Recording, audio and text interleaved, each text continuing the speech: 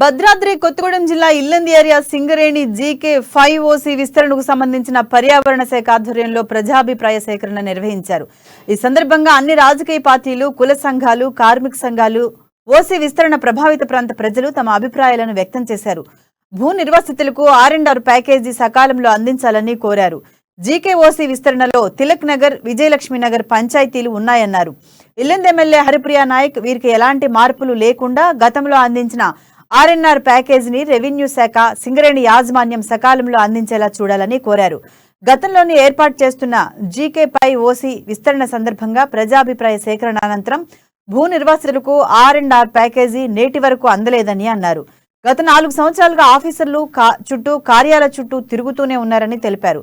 ఇలాంటి పరిస్థితి పూసపల్లి ప్రాంత ప్రజలకు ఎదురు కావద్దని సూచించారు.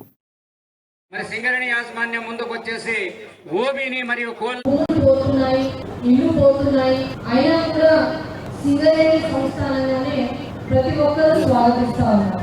ఈ స్వాగతించే క్రమంలోనే ఎందుకు స్వాగతిస్తున్నారు అనేసి అంటే సింగరేణి సంస్థ అంటే ఒక నమ్మకం.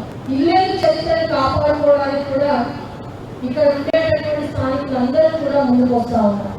దాదాపుగా ఈ 147 చరిత్రలో ఇళ్ళ నుంచి తీసినటువంటి బొగ్గు క్రమక్రమంగా తరిగిపోయి ఉన్నటువంటి JK5OC ఇళ్ళను మనుగడ చరిత్ర కనుమరుగు కాకూడదు అనేసి ఇటు ప్రజాప్రతినిధులు కావచ్చు, అటు అధికారులు కావచ్చు, అటు గౌరవ ముఖ్యమంత్రి గారికి తెలియజేసిన వెంటనే మరి పూసపల్లి ఓసీని ఇళ్ళని తీస్తూ ఆ చరిత్రను నిలిపే విధంగా ముందుకు వెళ్ళేటటువంటి క్రమం జరుగుతా ఉంది.